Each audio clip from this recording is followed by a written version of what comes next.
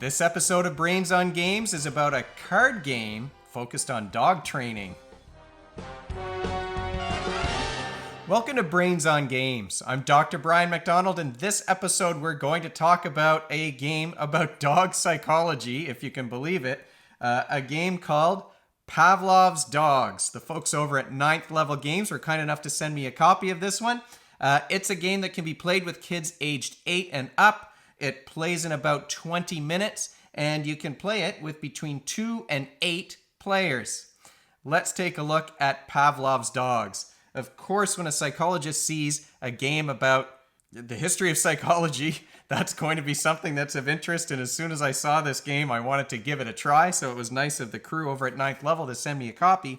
Let's take a look at Pavlov's Dogs. Now, the theme of this game, the idea is that one player each round is the doctor, the dog scientist that's trying to train dogs to take these certain actions, to engage in these behaviors.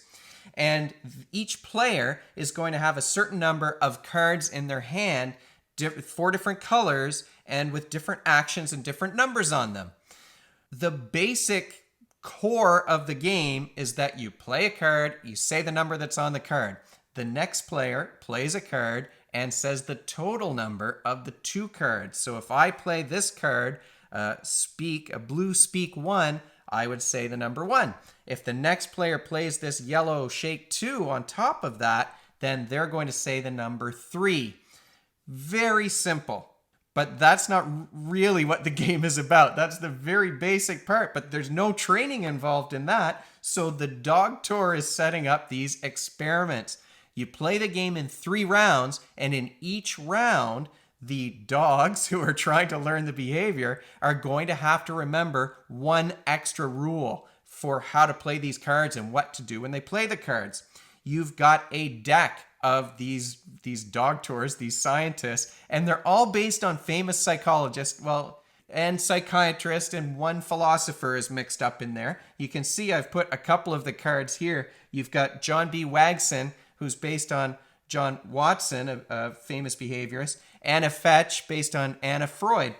And you're doing the basic math calculations, like I said, but one thing that I appreciate is that the rule book has a little biography of each of the real psychologists that these dogs are based on. So a little bit of knowledge of history is imparted if a child decides to go through the entire rule book and read those little paragraphs at the end. Look, I love the artwork. I love these dogs. I think they're really well done. But like I said, that's not the whole game. These dogs are going to add those extra rules. So at the beginning of the game, the doctor will draw one of these dogs for the first round. So in this case, this is an easy one. It's a dog based on Abraham Maslow, who developed the hierarchy of needs. It says doggy needs at the top. And what this card says is that players have to bark when yellow cards are played. The doctor draws this card, shows it to everyone, and then it gets hidden behind this screen. So the players have to remember what the rule is. And there is a lot of memory as this game becomes more complicated. Let me put this on. Here's one thing that's neat about this screen. It's so well done, this game, is that they have little tabs where you can put your cards so that the doctor who's remembering and keeping track of what the experiment is supposed to be doing can keep an eye on all the rules and remember them, but they're hidden from the other players after they've seen them for the first time. A player plays a card, the blue speak card. They say the number 1. The doctor says, good dog, they did it right. Now you've got a yellow shake card that goes on top, but you can't just play that card and say 3.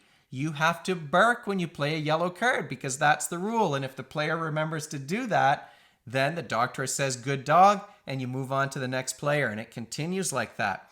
If a player makes a mistake, the doctor has to say bad dog, and they lose one of their bones. But nobody gets eliminated from the game. It's a cooperative game, so everyone's eliminated if a player runs out of bones, but in between rounds, you can redistribute those bones. So if you have one player who's sort of having some trouble remembering the rules and remembering the instructions, the other players can share the bones around to make sure that the game can continue. After all the players have played their cards, the next round will begin. The next player becomes the Dogtor who's doing the experiment. You keep the first rule from the first round, but a new rule is going to be added. In this case, I've pulled Sigmund Fetch, based on Sigmund Freud, of course, and the rule says beg is 5. So all beg cards are going to have the value 5, but the players have to remember that. So now in the second round, they've got to bark whenever they play a yellow card, and they've got to remember that the total is going to go up by 5 every time they play a beg card. That's one of the harder ones, honestly. You can even go, they've got a dog based on B.F. Skinner who says that blue cards subtract from the total. Of course, there are different levels of difficulty. You can play with cards that have harder rules where certain cards are doubled instead. There's lots of ways to make this easier or more complicated for the people who are playing it.